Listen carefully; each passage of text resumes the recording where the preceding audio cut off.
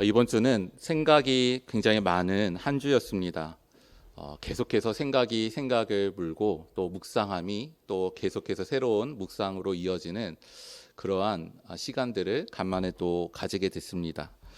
처음에 이제 신방을 갔는데 식사의 교제를 이루었어요. 식사를 마치고 신방을 마치고 이제 집무실로 돌아왔을 때 예전에 읽었던 책의 제목이 하나가 생각이 났습니다. 예수님과 함께한 저녁 식사라는 두껍지 않은 하지만 신앙적인 이제 집어줌과 또 감동이 있는 그런 책 예전에 제가 읽은 적이 있었는데 뭔가 제목이 끌리잖아요. 예수님과 함께한 저녁 식사 이게 뭐지? 해가지고 호기심 가운데 읽었다가 그 자리에서 다 읽었던 기억이 있는 그런 책 제가 또 기억이 났었습니다.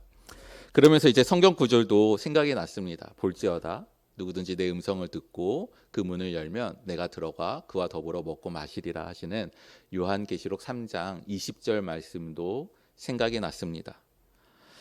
그러다 보니 이제 또 다른 생각으로 번지는 거예요. 그러면 천국은 어떤 곳일까? 그곳에서 예수님과 함께하는 친교의 시간은 함께하는 그 예배와 또 함께하는 시간은 어떤 시간일까라는 생각들도 또한 가지게 되었습니다. 그러다가 천국을 내가 얼마나 열망하나 또 이런 생각을 번지니까 또 한 인물이 떠오르는 거예요. 예수님의 마지막 순간에 그 십자가에서 양편에 달렸던 두 행악자 그 중에 한 사람이 예수님께 간구했었죠. 예수여 당신의 나라에 임하실 때에 나를 기억하소서.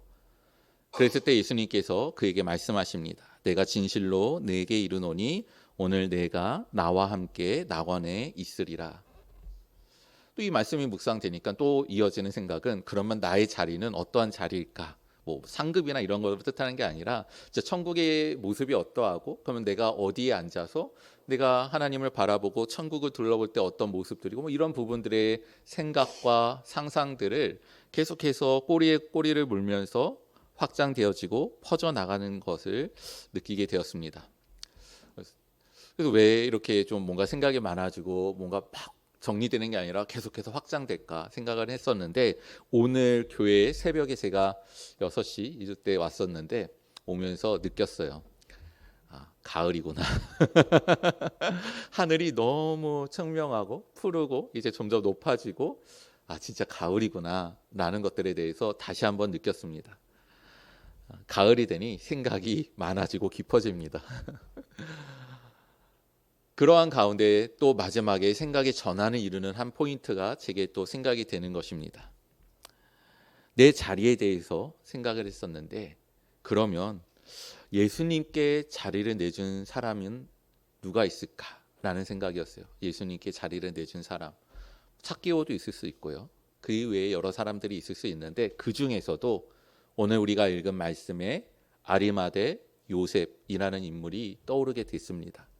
그리고 저도 이 요셉에 대해서 목사가 아리마대 요셉에 대해서 설교할 기회가 그렇게 솔직히 많진 않아요. 언제겠습니까? 뭐 고난주간 특별 새벽 기도회 뭐 이렇게 그때 시즌에 해서 절기에 맞춰서 설교할 때나 예수님의 장례 대심 뭐 십자가의 고난 이런 부분들에 대해서 설교를 하지.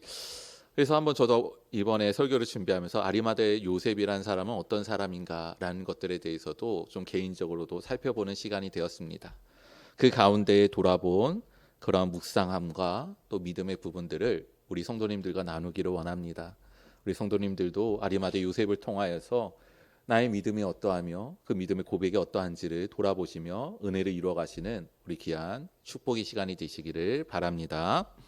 오늘 말씀 본문에 보게 되면 예수님의 죽으심 그리고 아리마대 요셉이 빌라도에게 찾아가 그 시체를 요구함 그리고 예수님을 장사하는 것까지의 내용들이 주된 골자로 되어 있습니다. 그리고 이 내용은 사복음서 모두 기록이 되어 있습니다.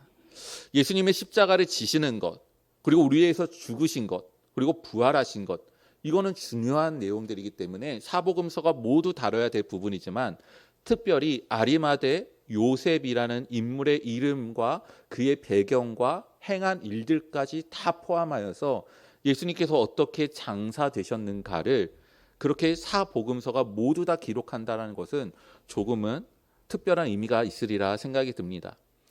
특히 마태, 마가, 누가복음은 공통된 관점으로 기록된 복음서, 공간 복음이라고 해서 겹치는 사건들 또 내용의 기록적인 특성들이 많기에 중복되는 것들이 있습니다.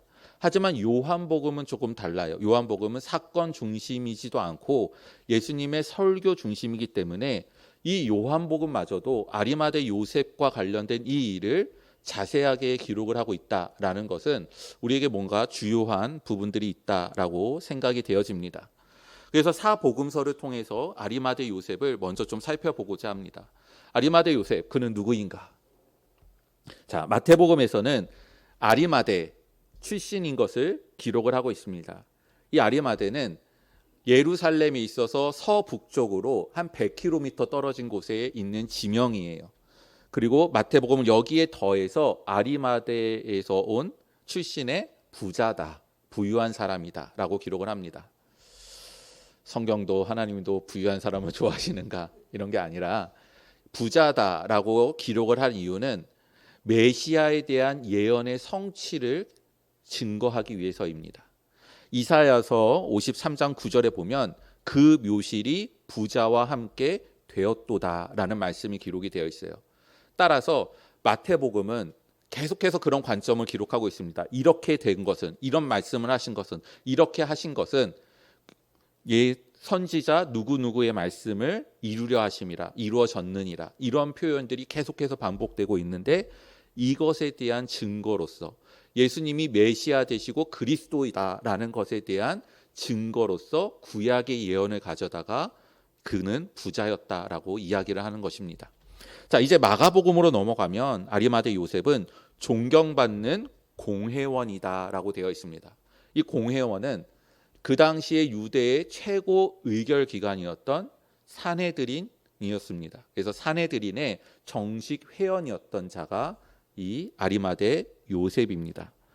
근데 존경받다라고 되어 있어요. 이 뜻이 무엇이냐면 모양이 좋은 혹은 그의 지위에 맞게 언행이 올바른, 적절한 이런 뜻을 가지고 있습니다. 그러니 그는 최고 결의를 갖고 있는 권한의 의원의 한 사람으로서 품행이, 언행이 올바른 사람이었다라고 기록을 하고 있는 것이죠. 더하여서 하나님의 나라를 기다리는 자였다라고도 이야기를 하고 있습니다. 하나님의 나라를 기다리는 자였다. 유대적 표현으로는 매우 경건한 사람이다라는 뜻입니다. 매우 경건한 사람. 그리고 이 시제가 현재 분사로 되어 있어요. 그러니 하나님의 나라를 기다렸다가 아니라 기다리고 있고 또 기다리고 있고 오늘도 기다리고 있고 지금도 기다리고 있고 항상 기다리고 있는 간절함과 신실함을 가지고 있었던 사람이다. 이것이 아리마대 요셉에 대한 표현입니다. 자, 이제 누가복음으로 넘어오면 중첩되는 것들이 있습니다. 공회의원이었다. 그리고 유대인의 동네 아리마대 사람이었다. 하나님의 나라를 기다리는 자였다. 근데 여기에 더하여서 나오는 부분은 선하고 의로운 자였다라는 것입니다. 자, 선하다라는 것은 좋은 성품이 있었다라는 것을 뜻하고요. 의롭다라는 단어가 또 특별합니다. 누가복음에서 의롭다라는 단어가 그 본문 이 내용을 다루고 있는 사건 주변에 먼저 쓰였을 때가 있어요. 언제 쓰였냐면 백부장이 이제 막 돌아가신 죽으신 예수를 바라보면서 그는 참으로 의로운 자였다. 죄가 없던 자였다. 라고 고백했던 그 단어가 이 의로운이라는 단어입니다. 그러니 다른 사람이 보기에 아리마대 사람은 정말 행실이 품행이 좋을 뿐만 아니라 의로운, 죄가 없는 그런 사람으로 보일 정도였다라는 것이죠. 근데 여기에 더 중요한 부분이 무엇이냐면 그들의 결의와 행사에 찬성하지 않았다라는 것입니다. 산헤드린 공의회가 예수님을 죽이고자 모략하고 결탁하고 그것에 대해서 시행할 때 그에 대해서 반대하고 동의하지 않았다. 그러한 사람이었다라는 것이 아리마대 요셉에 대한 내용입니다. 그리고 오늘 본문으로 넘어옵니다. 오늘 본문으로 넘어올 때는 여기에 한 가지가 더해지게 되죠. 그는 예수의 제자였다라고 되어 있습니다. 우리가 이 표현을 볼 때 유대인들이 무서워서 두려워서 드러내지 않는 좀 비굴한 사람 이렇게 보일 수도 있지만 이 무섭다, 그래서 숨겼다 이런 부분이, 이 숨기더니라는 단어의 뜻이 감추어진이라는 뜻도 있습니다. 그러니까 드러나지 않은. 그러니까 예수님께서 그 평생에 3년 반 동안 사시는데, 공생애를 사시는데 제자 12명만 남기신 게 아니에요. 그 12명은 처음에 불렀던 12명인 거고, 예수님께서 이곳저곳 다니시면서 말씀하시면서 이적을 보이실 때 예수님을 믿고 따르던, 또 숨겨진, 드러나지 않은 제자들도 있었다라는 것입니다. 그 중에 한 사람이 아리마대 요셉이었던 것이죠. 아마 이 아리마대 요셉은 같은 공의회의 회원이었던 니고데모의 영향을 받은 것 같습니다. 니고데모 또한 이 사내들인 공의회위원회에 소속된 자였어요. 니고데모는 일찍이 요한복음에서 예수님을 찾아오죠. 두 번째로는 예수님을 변론합니다.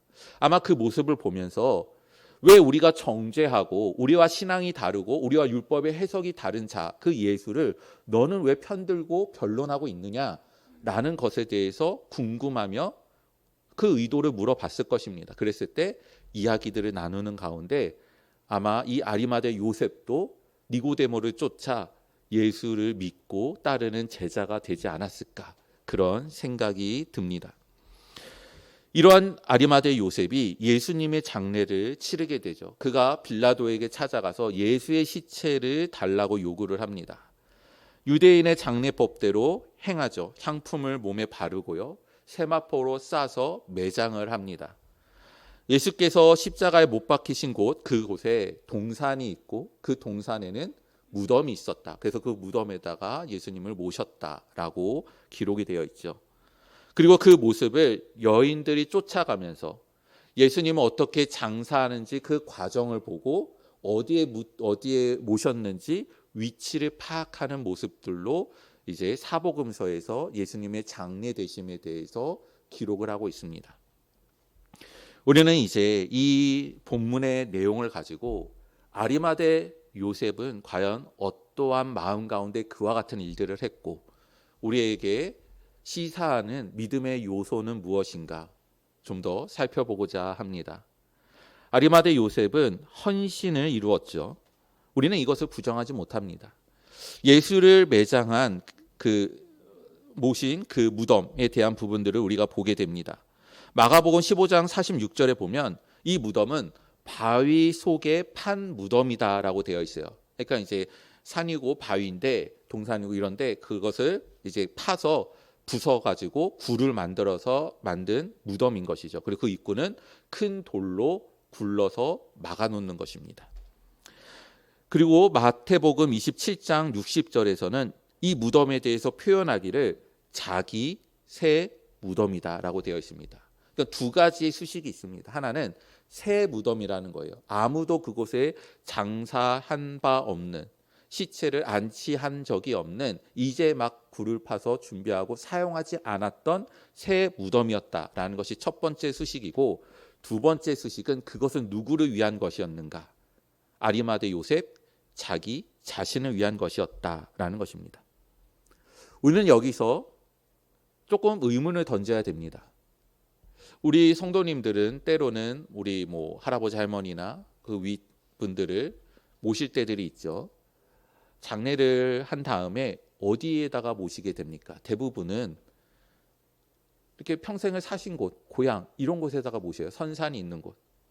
아니면 요새는 이제 너무 오고 가기 힘들고 이러니까 내가 그래도 한 번이라도 더 볼 수 있는 가까운 곳, 이렇게 모시기도 합니다. 자, 아까 이 요셉의 출신과 또 근거지가 아리마대라고 되어 있었습니다. 그리고 아리마대는 예루살렘에서 서북쪽으로 100km 떨어진 곳이에요. 자, 그러면 예수님께서 십자가에 달려 죽으신 곳은 예루살렘 성 밖입니다.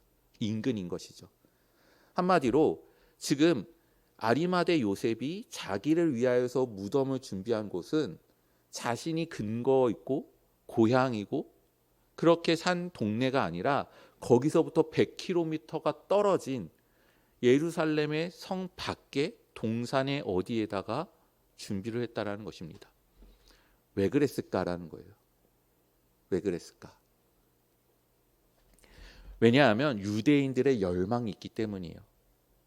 그들은 하나님의 나라의 이루어짐, 회복을 기대합니다. 그리고 그 하나님 나라의 회복에 있어서 중심되는 곳은 성전이며 성전이 있는 예루살렘인 것이죠. 그렇기 때문에 그들은 하나님의 나라가 다시 회복되고 세워질 때 이 예루살렘이 그 중심의 역할을 할 것을 바라보고 있습니다. 그래서 거기에 있기를 원하는 거예요. 아까 말씀드렸던 아리마대 요셉은 하나님의 나라를 기다리던 자다라고 되어 있잖아요. 날마다 기다리고 있으니 그가 예루살렘에 있고 그리고 그 가운데 힘써 있을 뿐만 아니라 그가 죽어서도 나는 이 인근에 있어 하나님의 나라가 올 때 나는 그곳에 함께 있고 싶다라는 갈망함 속에 있었던 자가 바로 이 아리마대 요셉이었던 것입니다. 그래서 그의 무덤을 그곳에다가 두었었던 것이죠. 그러면 이 무덤이 어떤 곳이겠을까요? 자, 먼저는 이 무덤은 작은 무덤이 아니에요. 1인용이 아닙니다. 왜냐하면 유대인들의 무덤은 커요. 그래서 시체를 안치하는 공간이 있고 일정 기간 안치하게 되면 썩고 뭐 뼈만 남고 뭐 이렇게 되잖아요. 그러면 그거를 들어가서 다시 추스려서 그 뼈들을 분해된 것들을 이제 모아놓는 묘실이 또 따로 있습니다. 그리고 그 다음 죽으면 또 거기다 모시고 썩으면 또 옮기고 이거를 해서, 왜냐면 이제 죽은 분들은 좁다고 뭐라고 하진 않으실 거잖아요. 그렇기 때문에 거기를 그렇게 같이 씁니다. 그러니까 이제 아리마대 요셉이 준비한 자기 무덤이다라는 것은 자기 자신만을 위한 것이 아니라 그의 가족을 위한, 앞으로를 위한 무덤이었던 것이에요. 그렇기 때문에 규모가 꽤 컸습니다. 그리고 이 무덤이 어디에 있었습니까? 예루살렘 인근에 있잖아요. 차마 예루살렘 안에다가 무덤을 만들 수는 없었겠죠. 그러더니 예루살렘 인근에다가 무덤이 있는 겁니다. 얼마나 비쌌겠습니까? 거기다 얼마나 많은 사람들이 자기 무덤을 만들길 원했겠어요. 그러니까 이거는 비싼 무덤이에요. 근데 그거를 예수님을 위하여서 한 번도 사용하지 않은 그것을 선뜻 내놓고 예수님을 그곳에다가 모신 것입니다. 그의 헌신에 대해서 우리는 보게 되는 것이죠. 근데 우리가 이 헌신을 단순히 그는 부자였어, 부자랬잖아 이걸로 치부해서는 안 됩니다. 왜냐하면 그 헌신 이면에는 더 큰 희생과 감내하는 부분들이 있기 때문이에요. 그가 빌라도를 찾아가 예수님의 시체를 요구합니다. 그 당시에 처형을 당해서 죽었을 때 시체를 가족들이 찾아와서 달라고 요구하는 경우들이 있어요. 그러면 내어줍니다. 그래서 장사를 지내요. 문제는 십자가 처형에 당한 자는 보통은 그러지 않는다라는 거예요. 왜냐하면 십자가 처형을 당할 때는 아주 극악한 자들이기 때문입니다. 그리고 예수님의 죄목은 반역죄였습니다. 정치범이었죠. 그렇기 때문에 시체를 내어주지 않습니다. 어떻게 그러면 시체를 처리하느냐? 십자가에서 내려서 성밖 길거리에다가 던지는 거예요. 그래서 짐승들이 오고 가면서 뜯어먹고 썩게 되는 것, 없어지는 것, 그것이 십자가 처형을 당한 자의 최후의 모습인 겁니다. 죽을 때도 고생고 고난이었지만, 고통이었지만 죽어서도 치욕적이었던 게 바로 이 십자가 처형이었습니다.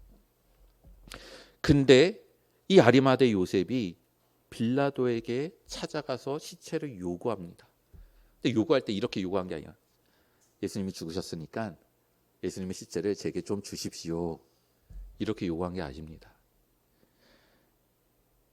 마가복음 15장 43절에 그의 태도가 기록이 되어 있습니다.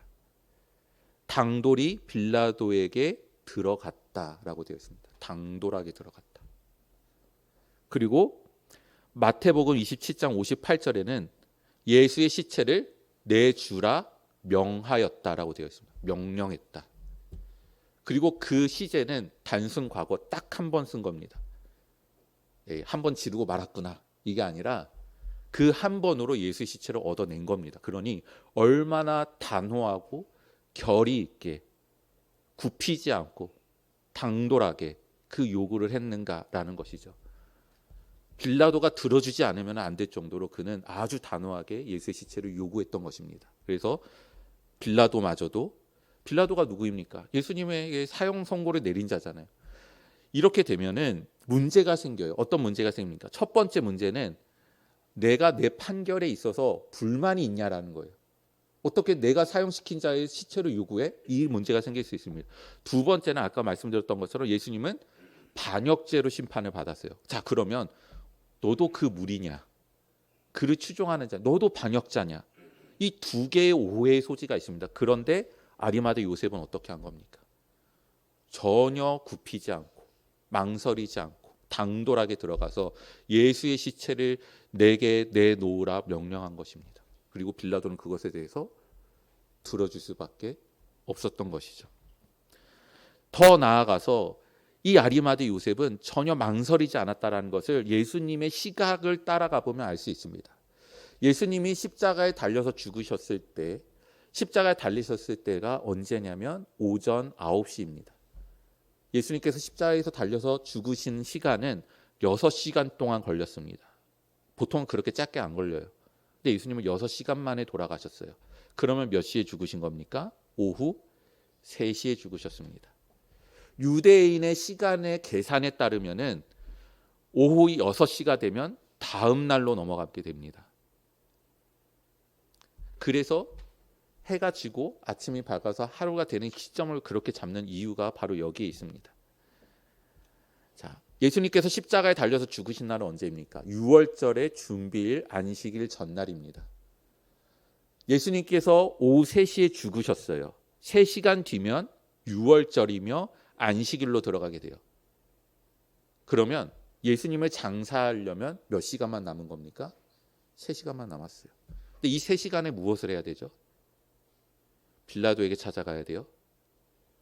예수의 시체를 내놓으라고 해야 되고요. 허락을 받고 십자가에서 시체를 내리고 이동을 시킨 다음에 예수님의 몸을 씻어야 되고 거기에 향 처리를 해야 되고 세마포로 덮고 예수님을 안치하고 무덤 문을 막고 자기 자신의 집으로 돌아와야 됩니다. 이거를 단 3시간 만에 한 거예요. 그러니 아리마대 요셉이 조금이라도 망설였겠습니까? 예수님이 죽으셨다. 내가 그를 내 무덤에다가 모셔야 되겠다. 그 결단과 시행에 가기까지는 조금도 망설임 없이, 조금도 1분 1초도 낭비 없이 그는 모든 힘을 다 쏟아서 예수님을 정성을 다해서 모신 것입니다. 제자들은 어땠죠? 도망갔잖아요. 근데 그때까지는 드러나지 않았던 제자 아리마대 요셉 그리고 니고데모, 예수님의 시체를 수습하고 그를 장사하고 마치게 되는 모습을 우리가 보게 됩니다. 그가 부유해서 과연 그랬겠습니까? 오히려 그는 잃어버릴 게 더 많은 자였습니다. 자신의 재산과 명예를 다 잃어버릴 수 있고 생명마저도 위협이 될 수 있는 상황에서도 그는 예수의 시체를 요구하기를, 장사 지내기를 망설임 없이 이루었던 자입니다. 아리마대 요셉의 믿음을 그렇기 때문에 우리는 보게 되는 것입니다. 근데 우리가 생각해 볼 때 좀 의문되는 것들이 있어요. 이제 아리마대 요셉이 예수님에 대해서 정성을 다해서 모십니다. 니고데모도 마찬가지예요. 몰약과 침향을 섞은 것, 100리트라라고 되어 있는데 이거를 요즘 단위로 우리가 알고 있는 단위로 환산하면 한 33kg 되는 거예요. 매우 큰 양입니다. 그리고 침향, 이것은 대부분 아주 존귀한 자, 왕 같은 사람, 이 사람들에게 썼던 것들이기 때문에 매우 비싼 건데 이마저도 많은 양을 준비해서 예수님을 장사하는 데 쓴 겁니다. 세마포도 마찬가지예요. 그냥 우리가 무명천으로 덮은 것이 아니라 아주 부드럽고 깨끗하고 최상의 좋은 품질의 옷감으로 만든 그것을 준비해다가 예수님을 감싸고 매장을 한 것입니다. 그들이 3시간 안에 할 수 있는 모든 힘을 다 쏟아서 예수님을 정성 다해 모셨던 것이죠. 근데 문제는 이겁니다. 예수의 제자라고 했잖아요. 그러면 이렇게 정성을 다해서 예수님을 모시면 저는 이런 의문이 들었거든요. 그럼 예수님의 부활에 대해서 믿은 건가라는 거예요. 예수님 다시 살아나실 건데. 예수님 다시 살아나시잖아요. 근데 이렇게까지 정성을 다해서 모실 일인가? 그것도 올해도 아니고 3일 만에 살아나시는 거잖아요. 근데 이 아리마대 요셉과 니고데모는 그 어떤 일들보다도 정성을 다하고 자신의 목숨을 내놓으며 모든 위협을 감내하더라도 이 일들을 자행했을까라는 것입니다. 그럼 예수님을 정말 따르던 자였는가? 물론 그 당시에 예수님의 죽음과 부활에 대해서 믿지 못하는 자들 많이 있었어요. 대표적인 인물들이 12명의 제자들이었겠죠. 근데 예수님께서 십자가를 실제로 지셨을 때는 어떻게 되겠습니까? 예수님께서 말씀하신 대로 구약의 예언대로 죽으셨잖아요. 그러면 이 구약에 정통한 아리마대 요셉이라면 예수님의 부활에 대한 예언도 믿게 됐을 수도 있습니다. 더 나아가서 예수님께서는 살아계셨을 때 자신의 죽음과 부활에 대해서 말씀하신 적이 있으세요. 모든 순간마다 아리마대 요셉이 다 들었던 것은 아니지만 그것이 사람들 간의 논쟁이 되고 나중에 십자가에 달리셨을 때는 예수를 조롱하는 거리가 되는 것을 보면 그 당시의 사람들은 예수님께서 스스로 죽을 것과 3일 만에 부활할 것에 대해서 이미 다 듣고 알고 있었던 것입니다. 근데 아리마대 요셉도 이것을 알고 있었지만 근데 과연 그것을 믿었다면 예수님에 대한 장사 지냄을 자기 묘실까지 내어주면서 이렇게 했을까라는 것이죠. 우리가 이제 옛날에 그 유명한 연극이 있어요. 아주 교회에 센세이션을 일으키며 모든 교회에서 돌아가면서 연극을 했던 오늘 제목과 유사한 제목의 연극이 있습니다. 대략 무엇인지 아실 거예요. 빈방 있습니까? 이거 미국의 실화를 이제 연극화해서 우리나라 또 이제 인물로 이렇게 덕구리 이름을 붙이면서 이렇게 했던 것인데 주인공이 조금 어눌해요. 그래서 막 연극에 참여하고 싶은데 어떤 배역을 할까? 이게 또 말이 너무 많으면 안 됐고 대사가 너무 많으면 안 될 것 같고 이러다 보니까 어떻게 합니까? 비중이 너무나도 약하고 대사도 많지 않은 여관 주인 2명 중에 하나 거기 배역을 줍니다. 그가 맡은 배역의 대사는 뭐였죠? 빈방 없어요. 이거 딱 하나였어요. 근데 그가 딱 등장을 했습니다. 자기가 대사를 뱉어야 되는 그 순간이 왔을 때 근데 뭐라고 얘기를 합니까? 빈방 없어요가 아니라 이제 옆에서 대사를 쳤으니까 이제 마리아와 이제 요셉의 역할을 한 자가 이제 등을 돌리고 돌아가려고 할 때 그때 붙잡으면서 아니요. 우리에게 빈방이 있어요. 이렇게 얘기하잖아요. 막 난리가 난 거죠. 이제 연극 망했다 막 이러면 난리가 났습니다. 끝나고 물어봐요 선생님이. 너 왜 그렇게 말했니? 어려운 것도 아니었잖아. 연습 때 잘했잖아. 근데 이제 막 태어날 아기 예수님께 어떻게 빈방이 없다고 얘기할 수 있겠어요? 그렇게 이야기를 한 것입니다. 왜 그랬을까요? 예수님을 사랑한 거죠. 아리마대 요셉이 왜 그렇게까지 했을까? 저는 모든 고민과 생각 끝에 답이 내려진 것은 딱 하나입니다. 사랑입니다. 사랑. 부활하실 것을 알았어도 3일 만에 다시 살아나실 것을 알았어도 예수님의 시체를 십자가에 내버려 둘 수 없는 겁니다. 길바닥에 던질 수가 없는 거예요. 그 다음 날이 6월절이잖아요. 3시간 뒤면 6월절입니다. 안식일이에요. 시체를 만지면 안 돼요. 안식일만 지나면 되나요? 6월절 지나고 7일 동안 무교절이 지나갑니다. 무교절 지나면 안식일 또 오겠죠. 그러면 일주일이 넘도록 예수님의 시체는 방치되는 겁니다. 물론 3일 만에 부활하실 것이기 때문에 그 전에 살아나시겠죠. 그렇지만 예수님을 사랑한 이 아리마대 요셉은 예수님의 시체를 사람들이 다 바라보고 있는, 모욕하고 있는 그 십자가에다가, 길바닥에다가 놔둘 수가 없었던 겁니다. 1시간도, 하루도, 1분 1초도. 그래서 그는 빌라도에게 찾아가서 예수의 시체를 내게 내놓으라 명령을 하는 것입니다. 우리가 누군가를 사랑할 때 어떻게 합니까? 어디를 가면 좋을까? 여기 가면 좋겠네? 갔을 때 자리 없으면 안 되는데 어떻게 가면 좋을까? 어떻게 약속을 할까? 어떻게 이럴까? 무엇을 준비해 줄까? 어떤 선물을 줄까? 끊임없이 생각하고 베풀고 준비하고 마음을 쏟고 나누고 은혜를 이루잖아요. 아리마대 요셉이 그가 보였던 믿음은 예수님에 대한 사랑이었던 것입니다. 예수님의 제자라는 것은 누구인 것입니까? 예수님을 사랑하는 자입니다. 우리 사랑하는 성도님들, 나는 예수님의 제자입니까?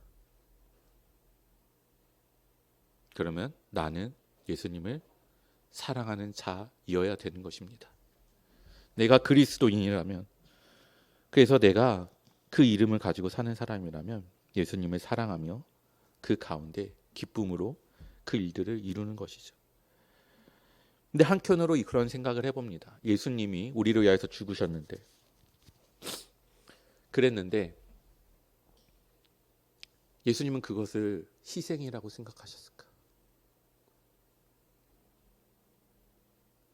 혹시 그 질문에 망설이시는 분이 계십니까? 예수님은 나를 위해서 죽으셨을 때 예수님께서는 그거를 희생이라고 생각하셨을까요? 예수님은 그것을 사랑이라고 생각하셨을 겁니다. 희생이라고 생각하지 않으셨을 거예요. 여러분도 누구를 사랑한다고 해서 내 것을 주고 나누어 주고 섬기고 베풀고 모두 다 헌신할 때 그것이 아깝다고 생각하십니까? 그것이 희생이라고 생각하시나요? 그렇게 값이 주어지나요? 그건 사랑이 아니죠. 아깝다고 드는 순간 그건 사랑이 아닙니다. 희생이라고 여기는 순간 그건 사랑이 아니에요. 예수님은 우리에 대해서 희생이라고 생각하지 않으신 거예요. 오늘 말씀을 이제 마치려고 합니다. 제가 8월 21일에 쓴 겁니다. 자리 하나라는 거예요. 얼마 전 교회 옆 건물의 주차 관리인께서 찾아와 협조 안내문을 주셨다. 그동안 많은 민원에 접수되어 구청에서 출입구의 통합 운영과 평행 주차 금지에 대한 시행 명령을 내렸다고 했다. 교회의 정중히 상황을 알리며 운영함에 있어 협조를 구해왔다. 그러나 그동안 교회 승합차가 주차하던 곳에는 계속 사용해도 된다고 했다. 하지만 새벽에 교회 옆 건물의 주차장에 주차해 보니 주차장에서 나갈 때 보행자에 대한 시야가 가려졌다. 이내 위험하다고 생각되어 그곳에 주차하지 않아야 되겠다라고 생각이 되었다. 그런데 오늘 주차 관리인께서 다시 오셔서 협조를 요청했다. 교회가 그동안 사용했던 승합차의 주차 자리도 사용하지 않았으면 했다. 이미 주차 관리인에게 많은 사람들이 불만을 이야기했고 민원을 접수하겠다고 했다고 하셨다. 교회를 대신하여 난처하고 어려운 일을 겪게 해드렸기에 매우 죄송했다.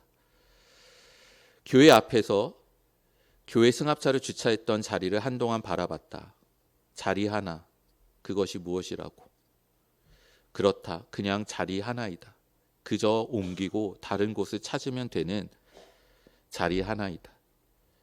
그동안 사용해왔던 것이 감사할 따름이다. 교회가 편의를 위해 다른 사람에게 대신 어려움을 치르게 하면 안 된다.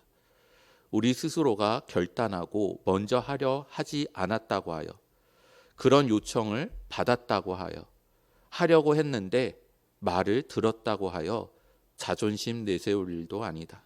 먼저 비워주고 양보하고 손해보고 수고함으로 교회가 이곳에 있어야 한다. 왜냐하면 교회를 통해 사람들은 하나님을 보기 때문이다. 사람들은 교회라는 건물을 보고 글씨를 읽는 것이 아니라 보이지 않는 하나님을 교회를 통해서 본다. 우리의 사랑하는 하나님을 위해 우리가 자리 하나 내주지 못할까? 나는 어떤 그리스도인인가? 예수님의 이름을 붙였으면 예수님을 사랑하고 예수님을 위해 나를 낮춰야 한다. 하나님께 낮추고 사람에게 낮추고 세상에 낮추자. 그러면 내 사랑하는 하나님이 더 높여지지 않을까?